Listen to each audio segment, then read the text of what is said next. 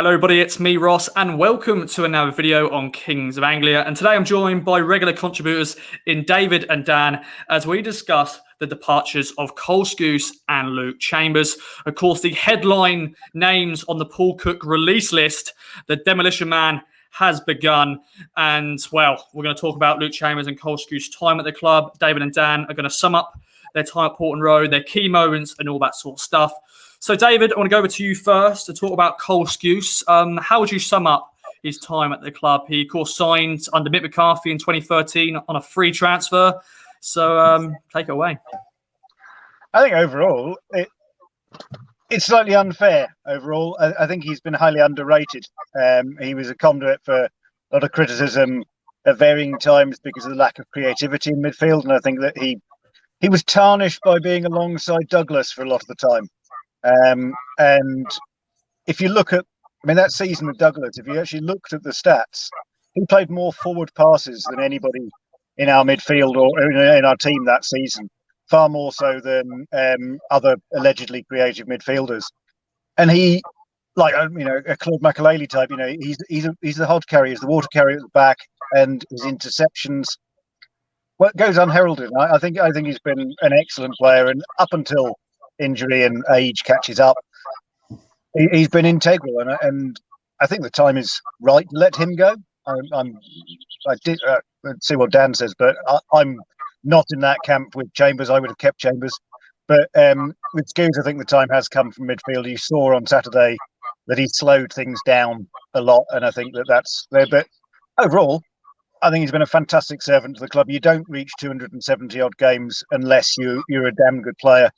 And I think it's unfair to target him and Chambers actually with the decline of the club. They're two players. There's an entire squad around them, and I will miss seeing Skuse there, and I'll miss the desperation for another thunderbolt from North Stand every time it comes within sort of about 6 miles of the goal mouth.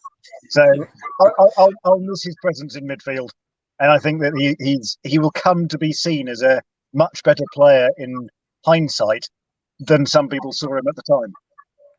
Definitely, we'll get on to the key moments. Yeah, that one goal you mentioned, we'll get onto that. Dan, let's talk about Chambers then. Of course, fans have different opinions on him. How would you sum up his time at the club? Nearly, in all-time 10 appearance makers, just shy of 400 appearances, captain for all those years. One more year to that testimonial, but how would you sum up? I think, as David said, you've got to be a very good professional footballer to play that amount of games over that period of time. And, he was with us during a period of decline, apart from the one season where we reached the playoffs under McCarthy. But really, from the day he walked in, way back when he was available on a free from Forest, and he was kind of, Paul Jewell got him in and he was coveted by a lot of championship clubs. He got Players Player of the Year in his first season, and he was he settled straight in, versatile, clearly captain material from the start and was a leader. The thing I'd say about Luke Chambers is he wasn't my favourite player. I wasn't particularly someone that bought all the fist pumps and whatnot after games. But what I really like about Chambers, which I can never see him getting any credit for, is he never hid. There are players with more talent than Luke Chambers who would go missing. And the thing with Luke Chambers is he always showed up.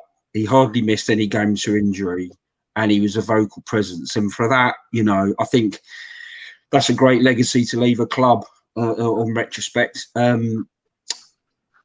It's an interesting one, isn't it? Because when McCarthy left and Chambers helped Brian Klug at the end of that season get us through those games and talked openly about maybe going into management at some stage. From a playing perspective, possibly don't think we'll miss him too much, but off the pitch, Paul Cook's currently looking for an assistant, and I'm not suggesting Chambers is an assistant, but that is a very big presence to just, in my opinion, leave the club straight away. Credit to him if he carries on playing, if that might be Colchester with Skuse and Sears. I think they got good players coming to them down the A12 if they join Colchester. But I think he'll be a big miss like Skuse. But yeah, fair play to him. Great career.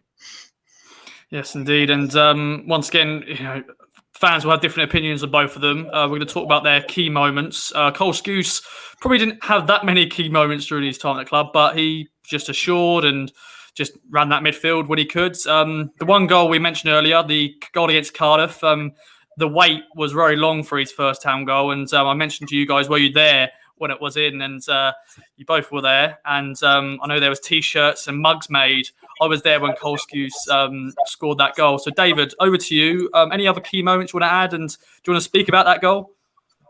I'm terrible at remembering specifics of goals. I mean, the thing I know about Skuse, I mean, the second one as well, is a thunderbolt, isn't it? It comes from nothing, and the cry from North Stand or anything for Skuse, shoot! When he gets anywhere near, that'll be missed. And I think that he unleashed several of those which went just over the bar and so on. He had a shot on him. So I mean, the thing is with Skuse, the type of player he is, he's understated. He's not. Other players, he's not somebody who's a heavy tackler. He's not somebody who's got scoring spectacular goals. He's not somebody who's even a conduit like Chambers for angst with the club, and so he just goes about everything quietly. Even his beard is a quiet beard, isn't it? So yeah, it's the overall thing for me. It's that calm assurance, just that you know what you're getting. He's going to make those interceptions. He's going to sweep up. He's going to protect the defence. He's going to open things up going forward for other players. And I think that those sort of players are underrated. Those are my highlights. Is just that calm assurance in midfield. He's not a headless chicken. He's got that calm assurance. And yeah, I do love a screaming shot from 30 yards out. So I'll miss the opportunity for seeing one final one of those. I was hoping on Saturday that there would be one last one. Dan, over to you on Luke Chambers. He scored a few goals, scored a few late winners. I think one that stands out for me, I'm sorry to maybe nick your thunder here, but the goal on Boxing Day against QPR, a late winner, that bullet header. He scored a few late winners. I think he scored one against Doncaster, Sheffield Wednesday away. Of course, scored a late winner against Norwich, but then, of course, we know what happened. They equalised. And anyway, move on for that. But any key moments from Chambers? You mentioned the fist pump. Of course, that was a big fan favourite for a lot of people. But you said sort of, yeah. I'm not knocking him for it. Sometimes I just prefer what players do on the pitch and during the game. And he did all his really great moments. I was either in a pub or on holiday. Yeah, I remember the goal against QPR, and I was up a French mountain, and I was running around like a headless chicken with my boy when that one went in. I was in a pub, unfortunately, when he put us ahead at Norwich in North London. I was running around a pub for about 30 seconds before I had to sit down. And obviously, that brilliant strike this season against Blackpool, which... wow, the kind of stuff we were playing back then at the beginning of the season was a wonderful goal. I mean, he was always, if you think about it, he was captain straight on the Jewel, and he was captain under every Ipswich manager. I mean, that's a decent achievement to keep the captain's armband under Jewel, McCarthy, Hurst, Cook, and Lambert. I mean, was a good achievement. I think, some of his critics go, well, I can't give Chambers credit because we did nothing.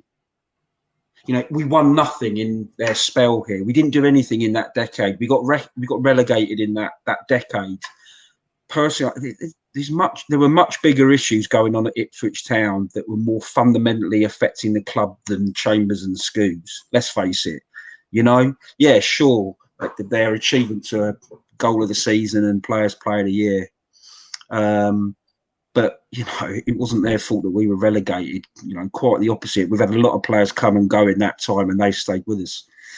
So, and I think I was saying earlier, it's, I can imagine if Skuse and Chambers carry on playing, if they ever came back to Portland Road when this fan's back, there would be a very good reception for them. Let's face it. They would be, they would get a good hand from the Ipswich crowd, I'm sure of it. If they, if come with Colchester in the cup and then the whistle blows and then they'll be hated, I'm sure, but they'll get a good reception, and that maybe is their legacy, I think. Definitely. And David, to sort of wrap up, your final words on both Cole Skuse and Chambers. You've not really had much to say about Chambers, but as a duo, they're I know they're big friends off the pitch. But yeah, just the final words. I will miss seeing them there, and I think that you, as has been said, you don't make that number of appearances, spend that long at a club, unless you've contributed a hell of a lot behind the scenes and on the pitch. And neither of them have ever shied away. They make mistakes and they hold their hands up for it. And I think that it's sometimes because they've been there a long time and we've declined, people blame them when it's perhaps not fair. People look for Chambers' mistakes sometimes. They go, there you go. I think it's a huge shame that he's not got that recognition of a testimonial at the end of that, because especially in the modern game, being around for 400 odd games, for being somewhere for 9 years, for having the captaincy for that long under that many managers, it doesn't happen often. Once upon a time you had 7, Yallop, Stockwell, you had all sorts of people there for a long time. It doesn't happen often now. And I think that we should appreciate that, and the fact that Chambers has played a lot of games under a lot of managers. And like Dan said, he's never hidden. He's come out, hold his hands up. He said it's not good enough. And the club's not been good enough. But I think that his commitment and his support for the youngsters as well behind the scenes is something that whether it's Lancaster, the support and the mentorship that he's given is something that he deserves credit for as well. And yeah, it'll be a new era, which is not a bad thing. But at the same time, I would be sorry not to have Chambers there for a fist pump as we get promoted, even if it's only his third appearance of the season. Just having the last game of the season, promotion with Chambers, and then he retires. That would be a perfect way of him ending his career, rather than disappearing off before that happens. I'll miss them both being at club. I think that's the one thing that was a shame. The last game of the season, no fans in the ground to send off players. I think that's always a nice little thing, is just so fans can, not appreciate the season, but just appreciate them stalwarts of the club. And finally, to you, Dan, your final word on it. It's not a love-in for Luke Chambers and Cole Skuse, but I think they both deserve at least some appreciation for their time at the club. 8 years at the club together. But yeah, your final words on both Cole Skuse and Chambers. Yeah, I mean, a couple of things really. I guess whenever I've paid money towards Ipswich, they've never taken the piss out of my money. I'd say that. There's a lot of players that have probably taken, you can just tell. And I think they've been committed to the cause during a terrible period for the club. It is a new chapter. And actually, when you look at our squad at the moment, probably the best two players we've got in the squad are like for like replacements for those two players. So you've got Kane Vincent-Young at right back and Flynn Downs, kind of that defensive midfield Skuse role. So that probably contributed maybe to the decision to let them go. And we've got two young star players coming through. But if we can hold on to those two and get up with a chance of promotion next season, then that's a kind of a good tribute to people like Skuse and Chambers, because we've got two very good players to step in for them, and let's see how it goes. But great careers at Ipswich. Fair play. Well, there we go. Well, David and Dan, thank you very much for joining me. The new dawn, the new chapter, the new era. Maybe not used new era. We've used that before and it hasn't gone well. But let us know. Thank you very much for watching. Let us know what you think of Luke Chambers and Cole Skuse, your thoughts on their time at the club. And we shall look forward to the summer of many players coming in, I feel. And Paul Cook, hopefully, getting us promoted to League Championship. But yes, anyways, I've been Ross. And thank you for watching.